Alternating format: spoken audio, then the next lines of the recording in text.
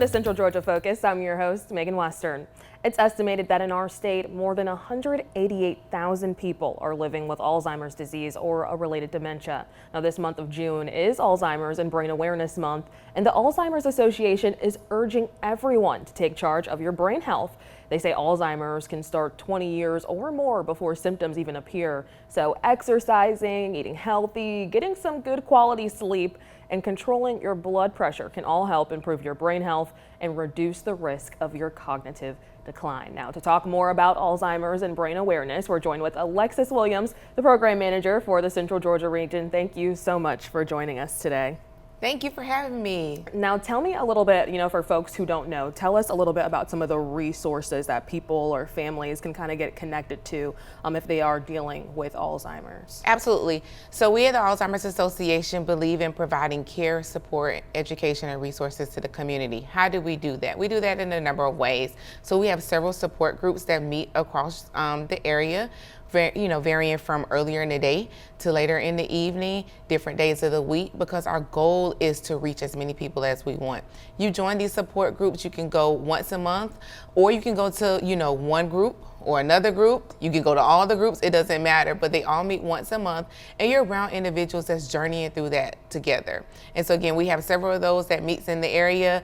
We want you to come be involved in that. In addition to that, we're providing education. So we have different educational forums, and we even have one that's coming up for caregivers at the end of the month on June 28th.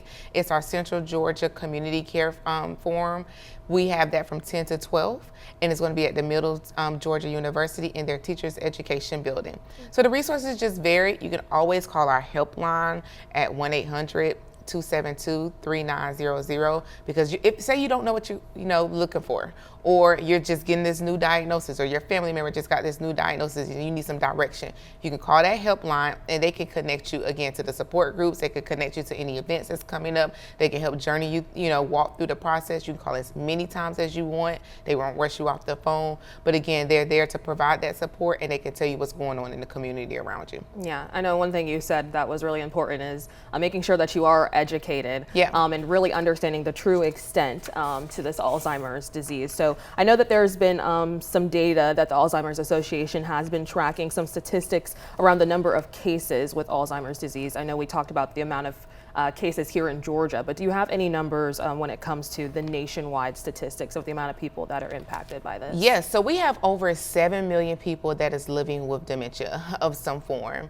and it has an impact on the family. So Alzheimer's dementia isn't just a diagnosis that just affects the person that's living with it. It's impacts everyone. So of those 7 million, they need that support. They need that care. And so that's impacting over 11 million Americans nationwide. We have statistics that show that women are most likely to get it. So when we look at it, that's 1 in 5 women versus 1 in 10 men that is diagnosed. There are some populations that are higher risk. African Americans are twice as likely to get it. Hispanic Americans have a 1.5 chance, for getting it as well. So it just varies per person, per demographic, per their background and those things. Yeah, I know you said 1 in 5 women that this is impacting. These are, again, nationwide numbers, and these are happening as you guys are collecting data right now. Yes. Are there any predictions, for in the future, how these numbers may change in the next 25 years or so? Yes, absolutely. So when we look at the cost, it's cost over about $347 billion to provide care. If we're looking, narrowing it down right here in Georgia. And so that is going to continue to increase. And so nationwide, there's an expectation of over $1 trillion where it'll be for providing that care, because again, we think about it, it's a continuum. So meaning that as someone gets diagnosed, the care that they need looks a lot different from the end. So as the disease progresses, the care becomes more. So you're having to layer in a lot more layers of support. Yeah, I mean, when you first hear those numbers, those are definitely some alarming numbers. So it's really good that that research is being done right now and you guys are conducting those studies. Obviously, this month is Alzheimer's and Brain Awareness Month. How are you guys kind of putting a focus on being healthy and keeping up with your brain health this month? So what we have is the 10 healthy habits, and it goes over different things. This is the things that we hear all the time, be smoke free, getting sleep, eating well. So we have those 10 healthy habits, and we're telling people just to please do that, because it's never too late or too early to start making changes for your health. And how do you do so? That is, focusing on what works best for you, not trying to do a huge change in the beginning, just do little by little so it can be sustainable. Getting that quality amount of sleep. Sleep is important. I think we're actually going to take a look at some of those habits. I think we're going to be able to pop them up on the screen. Again, some of the ones you were mentioning are our first four that we're able to see: challenging your mind, staying in school, get moving, staying active. I know I'm only 25, but sometimes it is hard for me to find ways to get moving, and protecting your head. Any of those four at least that you want to just touch on again for us, and the importance of some of these. Absolutely. So challenging your mind and staying in school, we can kind of put those together even though they're separate. But again, not saying you need to go back and get another degree or anything like that, because we know how that can be. But just staying active, providing yourself with some type of cognitive stimulation all the time, word search puzzles, reading books, learning something. And again, incorporating it into your daily life. We already say sometimes it's not enough hours in a day. So what are you doing right now that you can change? When you're cooking, is there a new recipe that you can try? That's a different way of challenging your mind and getting something different done, making yourself think about it a little bit more. So that's one of the things. Get moving. Providing some exercise, so getting that heart rate moving. Again, maybe you may not be able to make it to the gym and be at the gym for 2 hours. No, but maybe we break it up. So maybe in the morning, when we're getting ready, do we have 10 minutes right then where we can maybe just do a very brisk walk or do some chair exercises? Same thing for lunch, same thing for dinner. Even if you have to break it up and do, 30 minutes exercise across the day and, 3 different times, that's okay, because you're providing yourself that opportunity to get moving. Protecting your head, you want to make sure you do that. Wearing helmets if you're riding bikes, motorcycles, or those things. But, taking care of your body is the best way to do it. Definitely some good advice. I did like what you said about just challenging your brain each and every day, even if it's just with a simple recipe. I never thought about that as challenging my brain, although it definitely is a mental challenge when you're trying to follow those recipes. Yes. Okay, we have another group of items on the list right now. Be smoke-free. You mentioned that. Controlling your blood pressure, managing your diabetes, eating right, maintaining a healthy weight. Anything we have to say about this set? Yes, so managing those comorbidities. So again, if we are already at risk for, high blood pressure, uncontrolled high blood pressure puts us at risk. We hear about it all the time. It's for heart attack or stroke.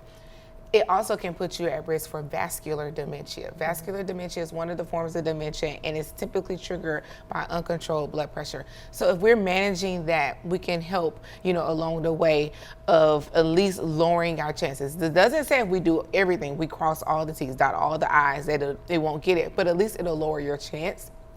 Or it can slow the progress, the progression down. So managing that, your weight, again, keeping your diabetes under control. And how do you do that? Getting moving, right. Eating, good food. We are in the South, so of course there are some things that we love, and I'm not saying no, you can't eat it, but doing it in moderation, again, because we want to make sure we're taking care of our body. Yeah, definitely again, these are really good tips for me as a northern girl moving down to the South. I love to eat and try all the new foods.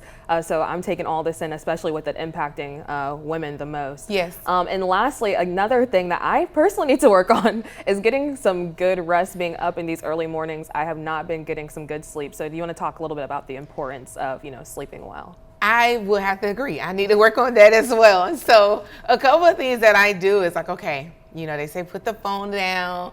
Even someone said, I was doing a seminar. So we do a virtual caregiving seminar the last Tuesday of the month.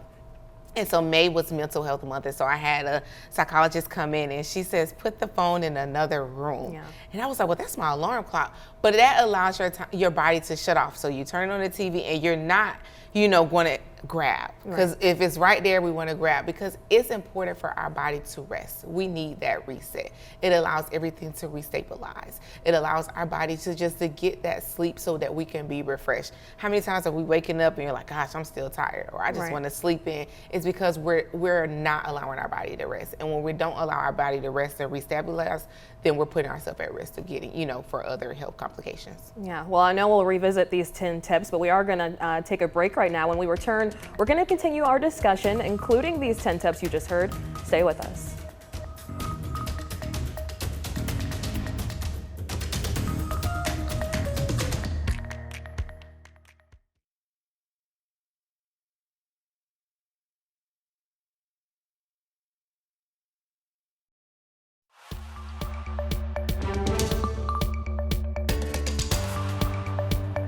Welcome back to Central Georgia Focus. Today we're talking about Alzheimer's and Brain Awareness Month, and we're joined by Alexis Williams, the program manager for the Central Georgia region. Thank you so much for staying with us. Can we talk a little bit about what experts are saying about this disease and kind of how it develops for people? Yeah, so it varies, per person, but you are starting to have some type of brain change. It could be nearly 20 years before the symptoms and those signs become very prevalent.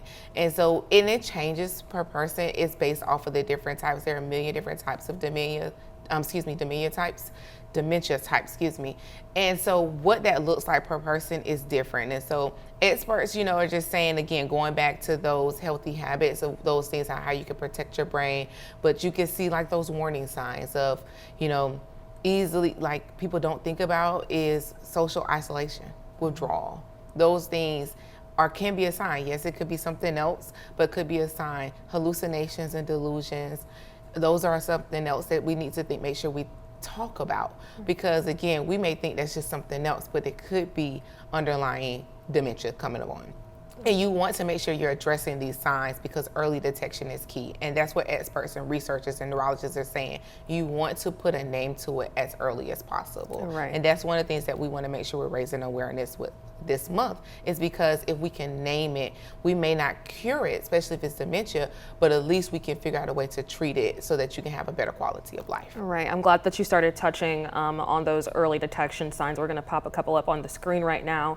Our first three that we have up: memory loss that disrupts your daily life, challenges in planning or problem solving, and difficulty completing tasks that might have been familiar. Anything that you have to say about these top three right here? Yeah, so one of the things that we talk about when we give our 10 warning signs presentation is what is normal aging versus what is something that we need to worry about. So if we look at memory loss that disrupts daily life, is, we're forgetting things and is having an impact. So we may forget something. I was like, oh, I forgot to do this, or I forgot to drop by here, but we're able to remember it. But when it starts interrupting us and we're unable to get tasks done, that's when it becomes a problem. And so that's one of the things you want to look at is this something that's aging? Is it because I have too much on my plate? Am I too stressed?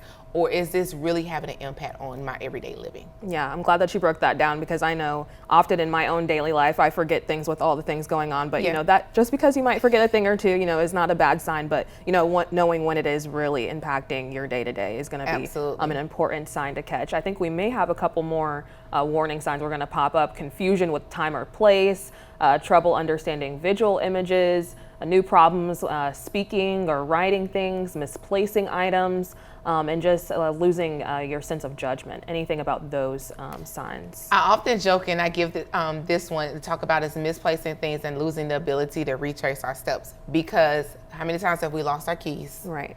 Our phone or anything like that. And so everybody's like, oh my goodness, I lost my phone or I lost my keys. But when we find the phone or when we find the keys or whatever we lost, can we remember, like, oh, I was bringing in a bag of groceries? Yeah. Or, yep, I was on the phone and I just put it down to go do something else. It makes sense. We know how it got there. It becomes a problem when we're looking at it and we're like, well, how did it get there? It's something where we just cannot remember, especially if it's just you in the house. Now, if you have a spouse or you have children or someone that maybe moved it, that's one thing. But when you're in the house by yourself and it's like, okay, how did it get there? That's one of the things that we want to make sure we're having a conversation with the doctor about. And you can have these signs and it doesn't mean dementia, but at least you're going to the doctor so you can have that baseline of what's going on. Right, yeah, just making sure that you have things to actually check for, right. To ask a doctor about is very important. Two more for you: withdrawal from work or social activities. I think you kind of touched on that one earlier, and changes in your mood and personality. Yeah, so again, especially both of those two, that can sometimes seem like depression or, life is just happening, you just feel like you want to be by yourself.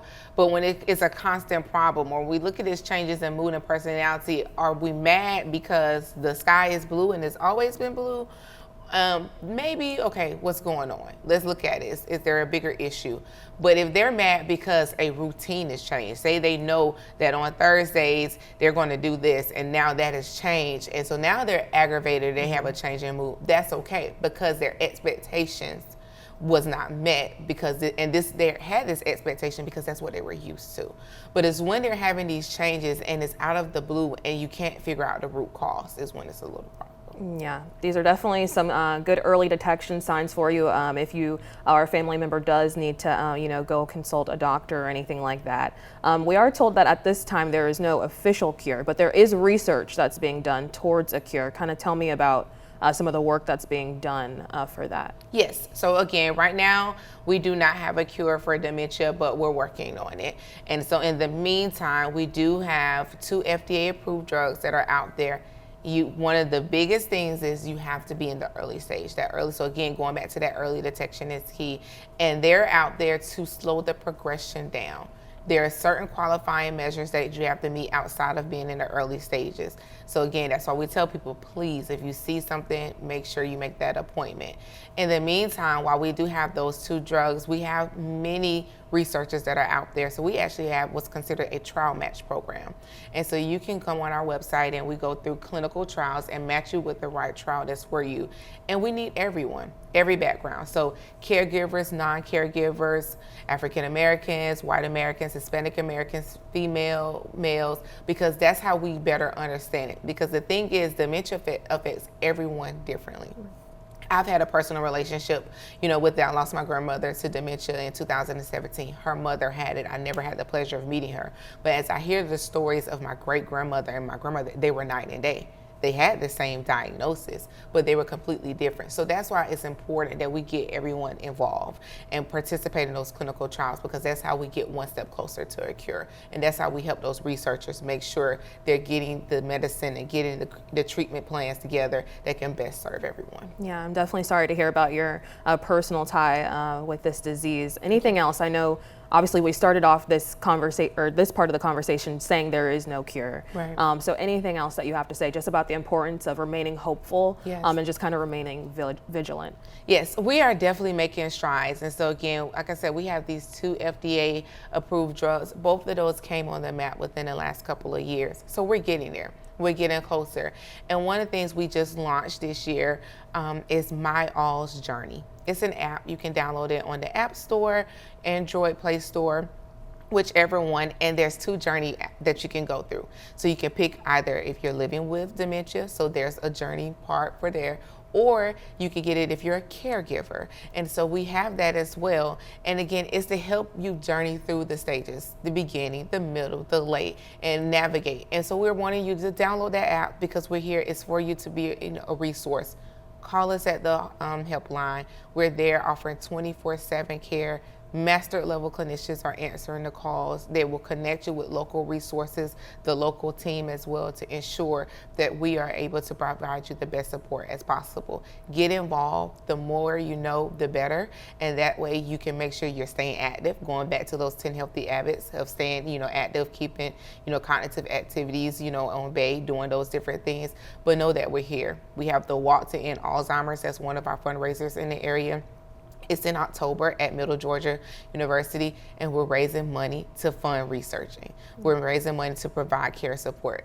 Dementia is such a costly disease, and so that's why we fundraise the goal that when you come to us to provide us whatever care, everything that we offer is free of charge. Yeah, lots of good information. We are going to take a quick break, but once we come back, we'll continue our conversation. Stay with us.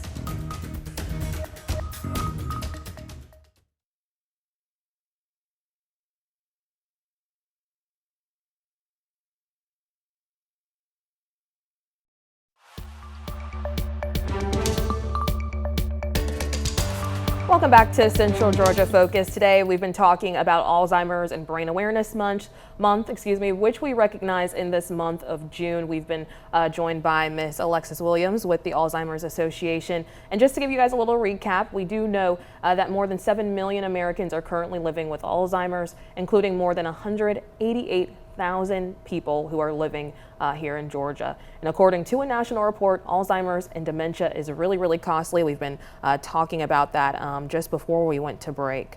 And I think we're going to share just some information because of all the things that we've been talking about. We want to make sure that you're able to call and get connected to that information. So on your screen right now, we do have the website if you're looking to go find some resources about the Alzheimer's Association. You can also call their 24/7 helpline. Again, that number is on your screen, 800-272-3900. So if people are looking for information because they might be confused on costs to get help or just how to get help and get connected to some of those resources, remind them of some of the resources that are available to them here in our local area. Absolutely. So again, you can always call that call that number at 1-800-272-3900. The 24/7 helpline is going with master level clinicians, and they could connect you. So say you don't remember everything that we discussed today, you can always call them because they can direct you. We have the support groups, several different support groups in the area meeting one time a month. You're not limited to just going to that one group. You can go to all of them, try it, see which ones work best for you, go to all the ones that work best for you. Trained support group facilitators are leading those support groups. We have educational programs and forums. We do have one big one coming up at the end of this month to wrap up June, Alzheimer's and Brain Awareness Month. And so that's going to be again June 28th at Middle Georgia College in their teacher education building.